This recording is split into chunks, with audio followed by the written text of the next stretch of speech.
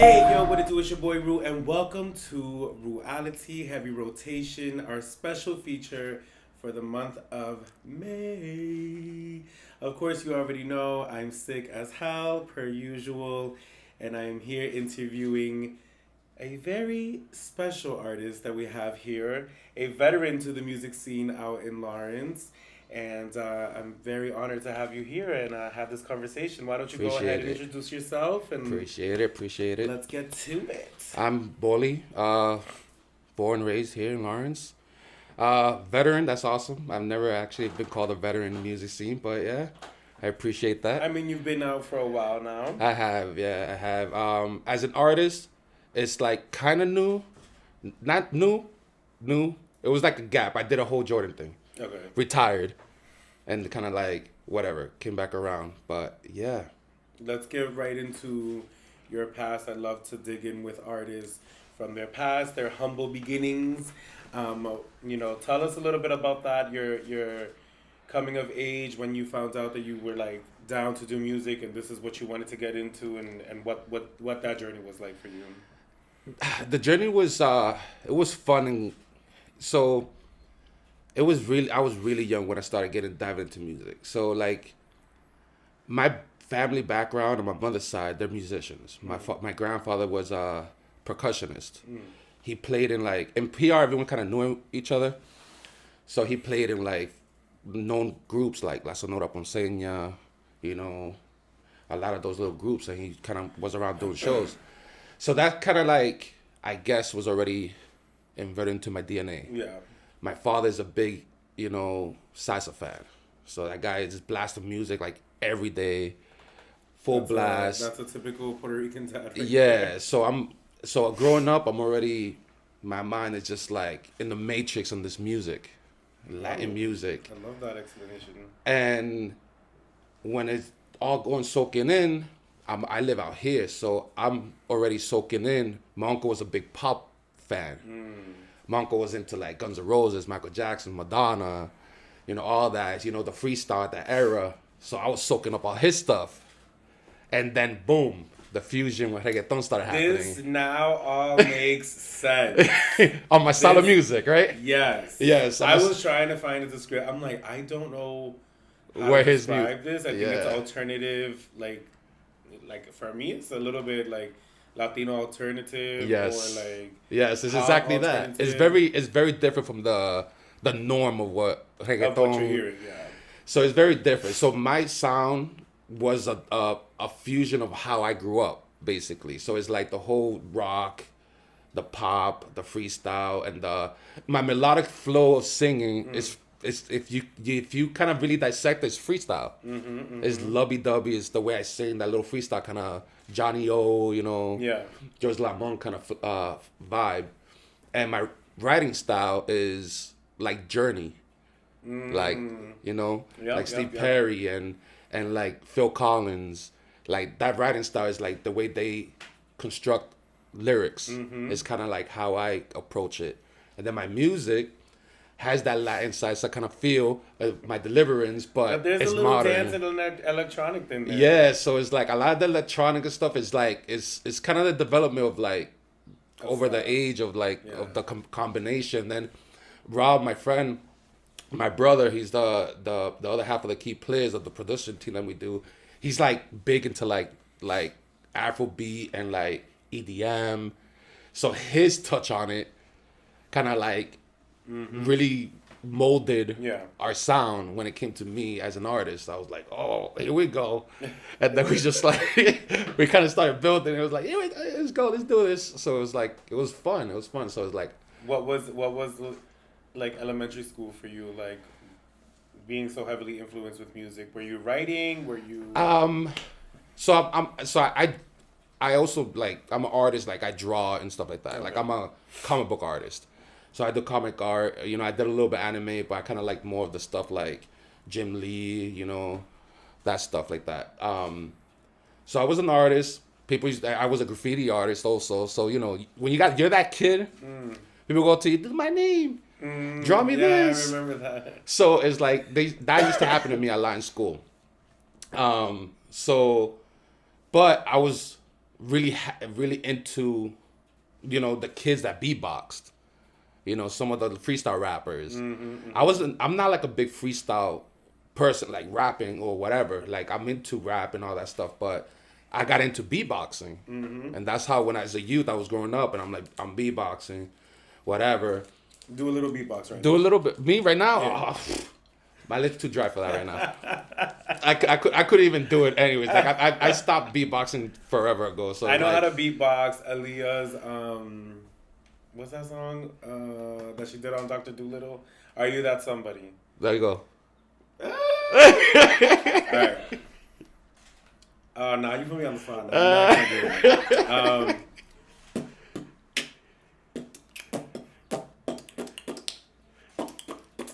That's awesome. That's awesome. I couldn't even do that.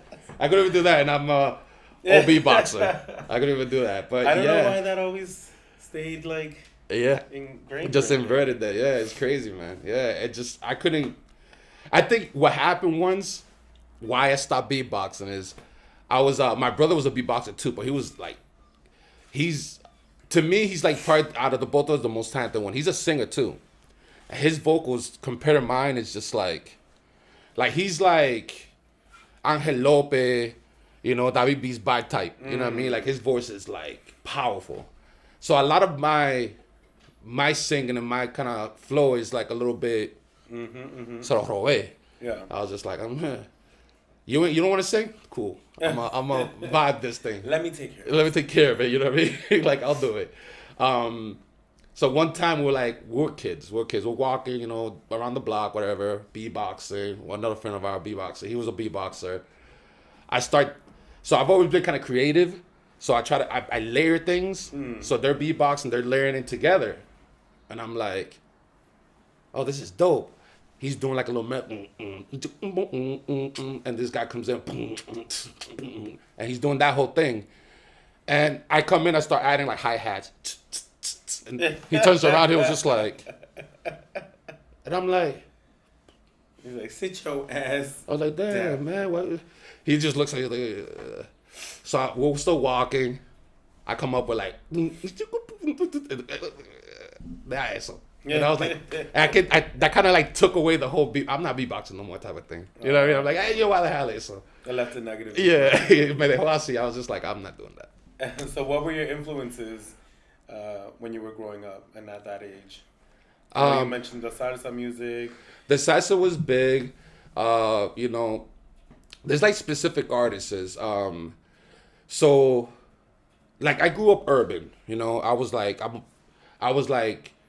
a b-boy dancer.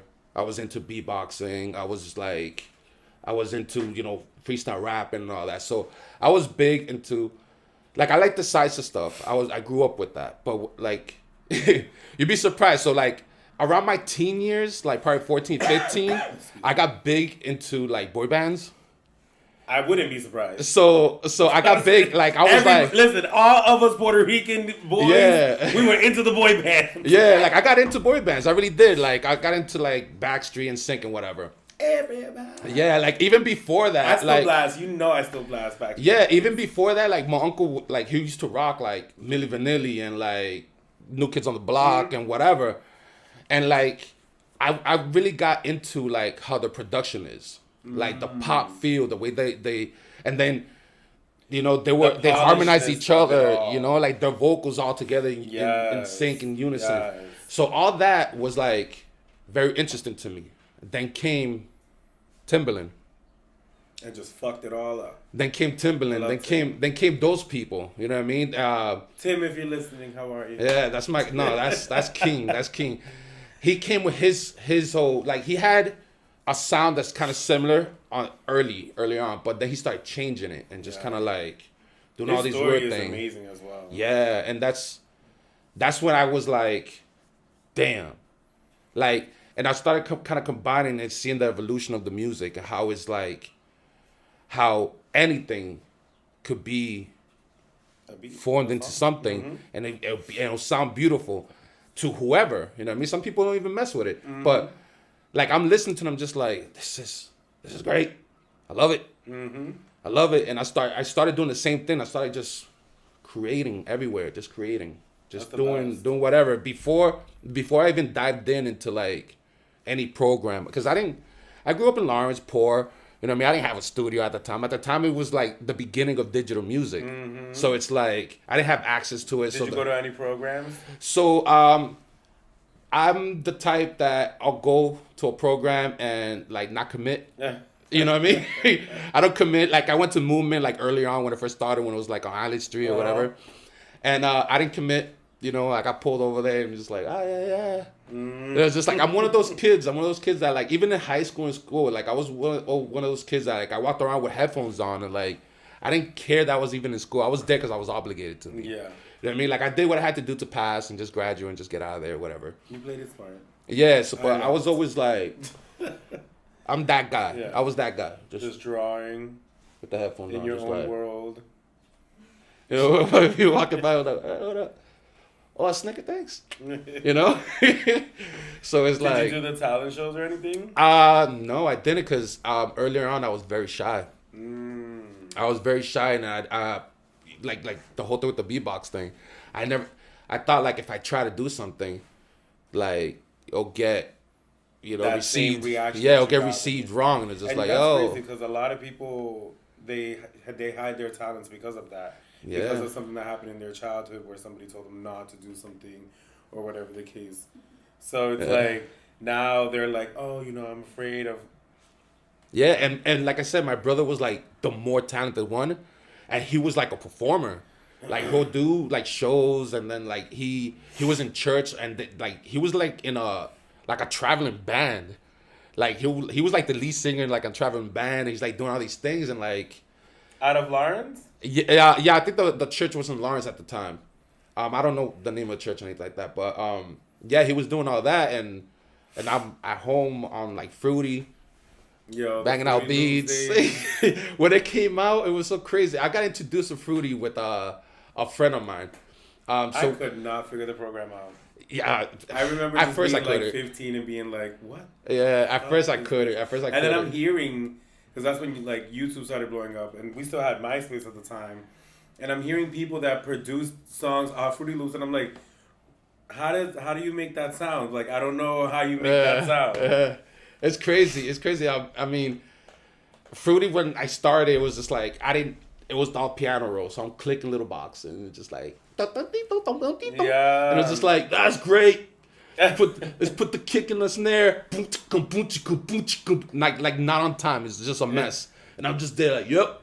I think a hit. Cassie's "Me and You" was produced on Fruity Loops. I think so. Yeah, there was a lot of stuff that got produced on Fruity, and it's like in the beginning of it was crazy.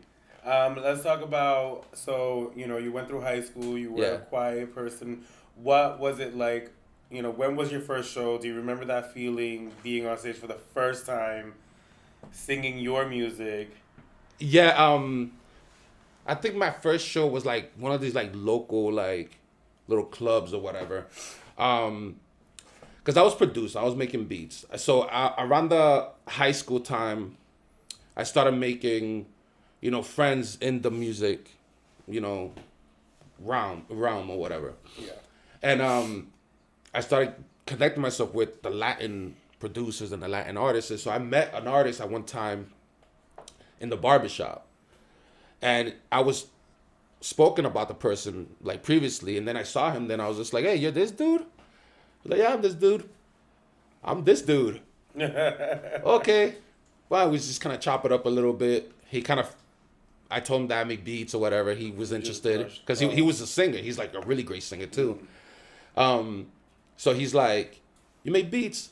I make beats, whatever. So with him, we started working over time. I started getting into writing and wanted to perform. So he does a show. So he has like his manager, whatever, was doing shows with him and whatever. So he puts me to open up with my brother because my brother decided to sing. Like we started singing together as like a duo. He was Ken Y. I was like, whatever, Hakeem, the semi-good rapper. So he sets us up for like a show, whatever, with him. And that was the first time I performed. And to be honest, I blacked out. Like when it comes to stage, I didn't have like fear or anything like that. Like I jumped in and I was just like, on some like I'm Daddy Yankee, woo, bah, woo, doing all this thing and just like my brother was more stiff and he's the better artist than I was, and he's already like, you know, and it's like he's singing, but he still sounds great because his voice is just amazing. So he's singing and I'm just there like, I think I still have pictures of the first time I performed. I have a do-rag on, the shirt to like right here. Of course. I am not surprised. Yeah. You bought the shirt at Telos? Probably. I don't know. No. They had the $5 big and tall. I don't know if it was Telos. The one in South by now, where Family Dolls and Blockbuster used to be. PCX. Yeah. Yeah, PCX. The one in South and PCX, yo, I had a Ilbata. Oh my God. Boom, with the do-rag and the glasses I see sticking to my eyes.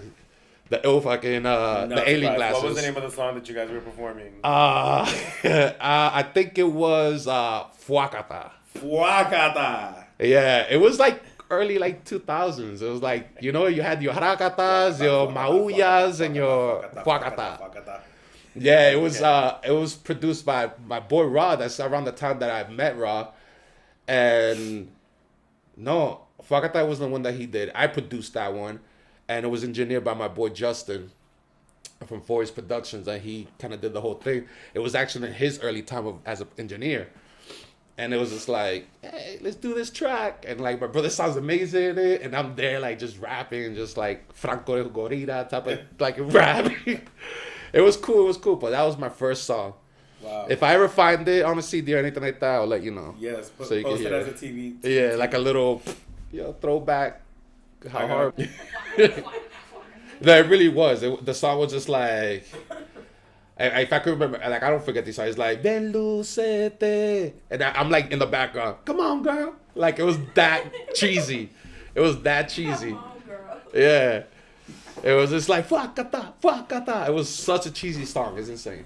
All right, let's get right into your first project. What was that process like? So my first project, when I really started getting like serious and I started singing and like writing for myself. Because I used to write for other people and just...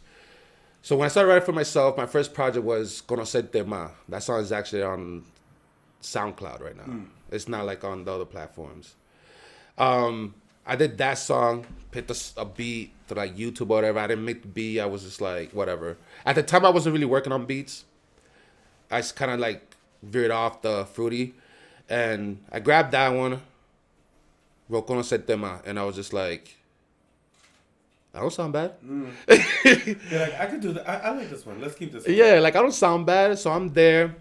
I had like a rough version of it. Kind of showed it to some friends, whatever. Saw what they thought. Had mixed reviews. So I kind of kept working on it. And I'm not like the greatest singer like that. But I do little tones or whatever. So I'm there singing, doing the thing. I did one of those things like, all right, I got it mixed. The best, whatever. I had a friend, another engineer friend, to mix it, and I released it on SoundCloud. I was like, whatever. It's like my first project. No one's expecting anything. At the time, it was just like a picture with my name on it. People don't even know who it is. So it's like, what I started doing, I started mysteriously playing the song. Not letting know who it is, whatever. I'll just throw it on and just put it on like on a rotation. And I'm like, a heavy rotation. And I put it on. Some people would like ask me, "Yo, who's that?" And I was just like, "That's me." Oh. And they're like, "No." They're like, "Yeah." You're like, "Yeah, fuacata." Yeah. No, Conocerte Ma. Fuacata, I wasn't even singing. I was rapping like horribly. But yeah, when I did Conocerte Ma, people would ask me, "Oh, that sounds good."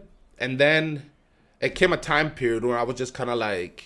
Just alone. Like, I wasn't really working with anyone. I was just, like, to myself. Yeah. I wasn't... Because I wasn't in a group. I was in a group for a little while as a producer. What was the group's name? Rhymesick. Rhymesick? Yes, okay. Rhymesick. So I joined Rhymesick, like, in 07, 08, around there. I joined Rhymesick. So they reached out to me, really good friends of mine. They reached out to me like on MySpace or something like that or whatever. And they was just like, yo, we heard you make beats. And then at the time I was experimenting with the pop and like with the timbre feel and all that. So they were really digging that. They were like, yo, you could do this, you'll come through. Let's work on some stuff. Met them. And One of the artists is like they're both veterans in music. Like one of the artists is a Latin rapper. He was actually really known out here. He was known as Casper. So back in like 90s and like the Latin Lawrence and Latin market, one of the biggest artists is at the time was Baby Killing and Casper. So Baby Killing Casper was dropping knowledge. Yeah, was the biggest like group to come out of Lawrence at the time. Like these guys were traveling, performing, opening for Wisin Yandel. Like when they were starting, wow. they were on the verge of getting signed in PR with White Lion Records. Like that's a whole story. I could link you up with Alex, and you could possibly set something up. So I didn't know that when I met him. Like I met him and I was like, damn, this guy's a beast of a rapper. And then his brother's another rapper. He does more American music. And I was like, we met and we're like, yeah, man, let's do something. And then I kind of, he had like his whole little team that kind of like whatever. And then when I came in, I've always had this whole, we could make this into a super team, Diddy style. So I was like, I came in, I started talking to them. Yeah, the vision. I introduced them to my brother. My brother came in and started doing vocals and doing all stuff for them. That's when I introduced them to Raw. And I got Raw into the group, and that dude came in and just started destroying everything that he got his hands on, and just slowly started like super producing the project that they already had, because there's a project they had already, but they wanted to make it amazing. Yeah. So that's what they wanted to do with the project. Unfortunately, we never released the project. For how many tracks were recorded? A lot. I mean, we released it years after. It's on SoundCloud now, but we released it when no one cared about it anymore. Like I released it probably like 3 years ago. Well, I hit them all up. I'm like, do you guys care? I'm just gonna drop this tape. Yeah. Like, who cares? It's old, but who cares? So I dropped it. There was probably like almost like 20 songs in it. Okay, not bad. Yeah, so it was great music. At the time, we didn't release it for whatever politics and. They had everyone just kind of had their own plan. They were going through whatever they're going through, and we just kind of like split. Yeah. And just like so, at that time, I did the Obi-Wan Kenobi. I kind of went your own. I kind of exiled myself and just kind of like closed myself to everyone. I didn't really hang with anyone, and that's when I got into really writing for myself. And I came up with the record that I'm releasing soon, Flatline. So I came up with that record like forever ago. The concept of the record, like how I'm going to do it. And I started writing songs. I got like 1 billion songs for that record. And it all started around that time. And that was like 2009 or 2010. Wow. And I'm like about to release the thing. It's crazy. You take your time. Yeah, I take my time. Like now I work faster. But back then it was just like, it was like me figuring out my sound, figuring out me. Probably had to do with pressure of like you wanted to make something that was going to be impactful. Exactly. And now you're just in a point in your life where you're I did my love to do. Yeah, like I felt like I did my dues and like I work with so many people and then I've had so much people just give me so much positive feedback to what I'm doing that I'm just like, damn, like my self-development has gone a long way. So I'm at the point that I'm just like, you know what? Like, I think I'm there to just like, let me release this and let it get, however it reaches people, that's how it reaches people. Yeah. Like before I was so like timid and I'm just like, oh. You were nervous. I was nervous. I was timid. I'm like, oh my God, I don't know if this is going to be, do I even sound good? Do I even sound, but it's good that I waited long because like over the years of working with famous, like, so many artists are amazing vocalists and amazing like R&B singers or pop singers. Like that helped me be a better singer. Cause there's times that I'll be recording or whatever, and they show up, they want to hang out, whatever, and they're like coaching me, and I'm just like, yeah, I'm learning. So let's go.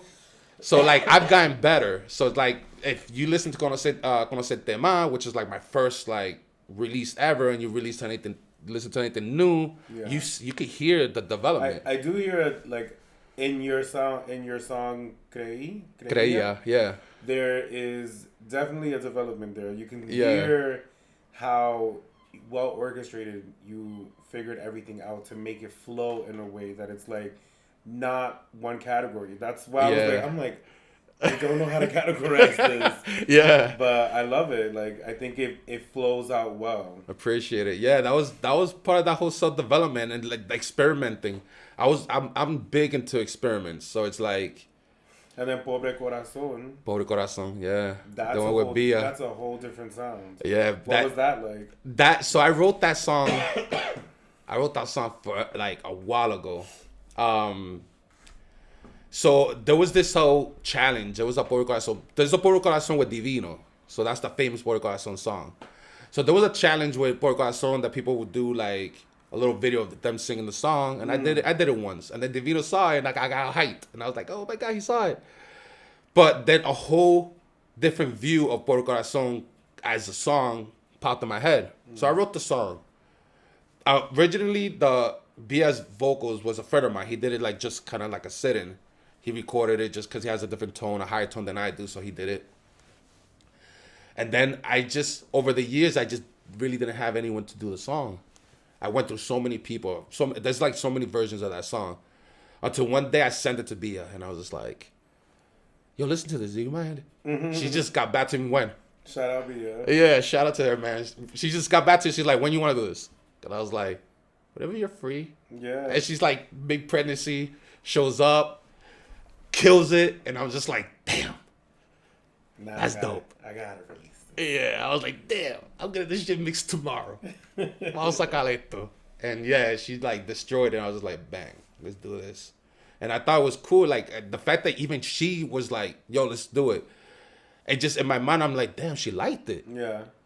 Like I was just like, because I've always had that in my back and like, oh, yeah, And then that started going away. I was just like, nah, man, I think I've developed to the point that I'm just like, you gotta start owning. Yeah, like I gotta own it and just kind of like, yo, just be very proud of it and just like, just go with it and just like, how it's received is received and just like, bang. Let's talk about the origination of Key Players.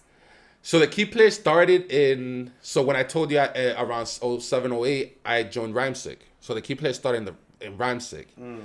So in Rhymesick, I went in as a producer, as a beat maker, started working on stuff.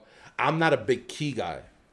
I'm a big percussion guy. You're a player. Yeah, I'm a player. So I'm a percussion guy. I came out like my grandfather. So I create drums and like a feel of a song. So the feel of a song is on the bass and the kick most of the time.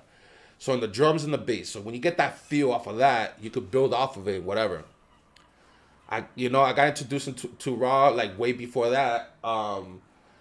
And I hit him up. He was a beast in the keys. Like this kid, like I could hum a melody, and this guy would just like that. And I'm just like, yeah, like that. And he would just like kill it. And so I hit him up. He came by. We started killing things together. Like I'm creating stuff, boom, boom, boom, like crazy drums. Like he'll come in and just like fill it. Like his style of melodies was like almost like orchestra. Like he'll take like a lead, like a simple lead, but he'll play it like beautiful. And I'm just like, this thing sounds amazing in these drums. And then they were like, the other guys were like, you guys should be like a duo, like a Neptunes, Okay. The Runners. At the time, the Runners were big. They were working with DJ Khaled at the time. The Runners. The guys were beast. So like, you guys should be a duo like the Runners. So we started coming up with like a name for us to become the Key Players. And then Alex, which is Casper, the Latin artist I told you that, he one day shows up with like a ton of names. He was like, what do you guys think of this? What do you think of that? And then he showed up. He didn't nothing. Came back probably like a week later. He was just like, yo, I got the name. And we're like, what? What do you think about the Key Players? Literally, that's how he developed he delivered the name. The Key Players. To the point that we recorded his vocal. Him saying the name. We was just like, yo, just go record that. He recorded the Key Players. One day I'm going to find it. I'm just going to throw it on IG. Just like that. And we were just like, word. I like that. Let's do that. And then Raw was just like, you know what? I mess with that. I'm like, yeah, me too. So y'all have been the Key Players for a while now, for about 10 years. Yeah, like me and Raw just like, like I said, there was that time that I kind of secluded myself and he was like doing his thing or whatever. But yeah, we were together for a while. around that time, around the end of my solitude, him and Ernie, which is the other dude that I mentioned, came by and they were working with someone else, trying to produce a record for a mutual friend, and they wanted another producing another ear to help, and I guess they were just like in the whole time they were just like, we need Boly, we need Boly, we need Boly, and they came and reached out to me, showed up at the crib, and they were like, they sat me down like an intervention type of thing. They were like sitting like in front of me, and I'm sitting there. I was like, "Hey, qué pasó?" They were like, "Yo, we need you, bro." And I was just like, "What you need?" They were like, "Yo, we need it. We need the sound, man. We need that sound." I'm like, "Okay." So I linked up with them a few times, and then the key players got united again, and then it was just like it ran, still running, like we're still kicking and doing our thing, and it was pretty cool, man. I love that. So where are you now with your music? Like what projects are you working on? We heard you mention Flatline. So Flatline is my final first official album. Some of the songs that I have released is gonna be in it, but there's a lot of new stuff in it. That's the first project that I'm releasing officially. That I'm like, yo, this is my first album that I'm gonna release.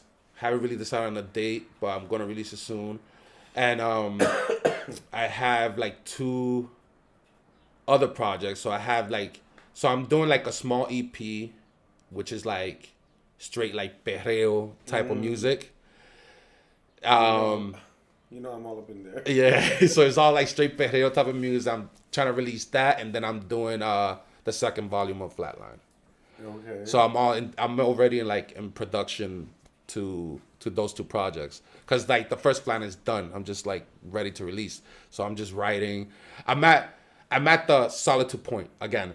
So I'm like in there writing, creating beats and whatever, and just like I've already written like probably like 80% of the second Flatline.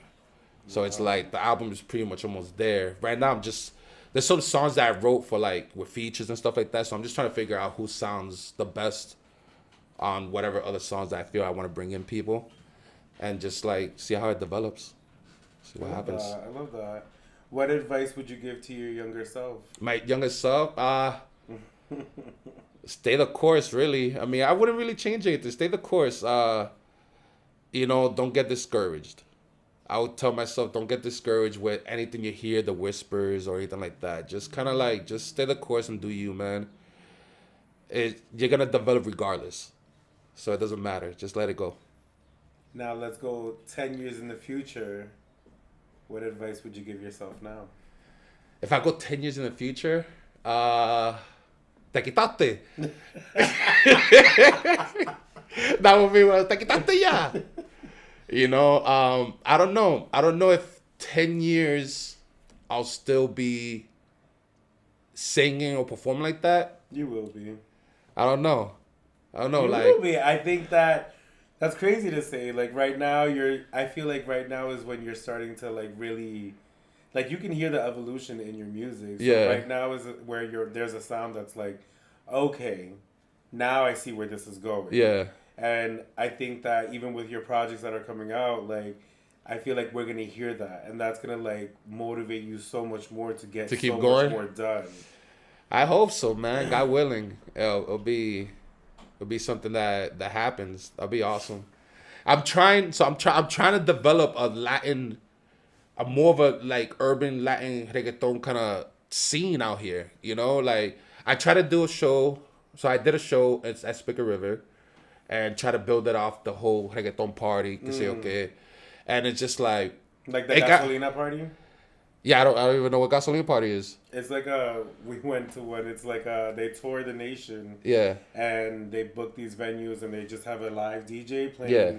Reggaeton, and it's just. So I'm trying to do something like that, and just have, because I know there's a lot of events, a lot of local artists that do here, the R&B ones and all these stuff, and like I love that. Like I've gone to a ton of them, but I want to see that in Latin, because I know so many artists that like to me are amazing that I've worked with, and like I want to be part of it. I want them to be part of it. I want everyone out here to be like, I want to go vibe on some reggaeton tonight. you know, and just like, you know, like I go for the R&B, I go for all that, and let me do some of the reggaeton. Why not? Yeah. You know, I want to dance, you know, down, you know, some hip movement, culito, whatever, you know. I think it would be dope if you collabed with Natine. Yeah, I've did reached a out. Like I reggaeton know song. him as like, so I'm a barber. Oh, So I okay. know one of my boys used to cut his hair when we were in Lawrence. I cut hair in Lowell now, and I know him since he was like a kid. So Yeah. when I saw him singing all that, I was like, dude, you're amazing, bro. Yeah, it was really good. I was like, you're amazing, my guy. Yeah, I think Like it's I've just- never thought of like collabing myself with him.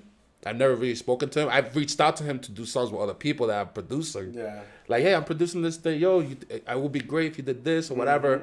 But I've never, you know, it'd be cool. I've never really thought of us. I would love to hear what that sounded like. That'd be cool. I would Come love up to with see something that. cool. Yeah. Yeah, I'm Definitely down. I'm down for whatever. If he's with it, I'll sit down. We'll sit down.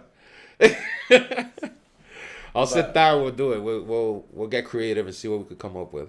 Well, I'm excited to hear the new project, Flatline. Yes. And then I'm really excited to hear that Perreo. Oh, the Perreo one, So yeah. I'll be waiting for those two right there. And That then we one- have Flatline Volume 2 after that. The Perreo is a pretty cool project. I'm doing kind of like an evolution of reggaeton kind of vibe. Like you're gonna hear like Some Vico C style. yeah, not so much Vico C, more like Hector y Tito, into like Don Omar, into like Tony Dice, into like that evolution of like style of like beats. The songwriting is gonna be more modern. It's more my style of songwriting, but the feel of it is gonna be like that. It's gonna be like it's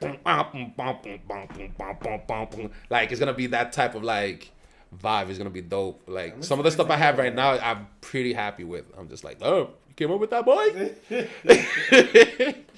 Well, thank you for coming on and Appreciate having it. this conversation.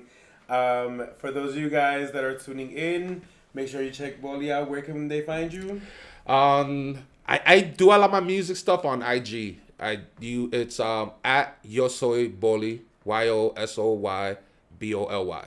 BOLY or BXLY? BOLY. BOLY. Yeah, the way I have it on the bio is Oh, BXLY. okay, because I was like, okay. Yeah. But yeah, it's BOLY. You can see my stuff there. There's a link tree for my music, video, whatever. And if you've been following the Heavy Rotation the playlist, you've definitely heard his music. He's made it on there a few times. I did. I was hyped every time I saw keep- myself. You know, I keep in rotation our indie artists because we have to uplift them, and their music is just as good as everyone else out there. So, thank you for coming on. I appreciate it. I appreciate you for coming. And as y'all already know, my name is Rue Zalez, and I'm blasting off.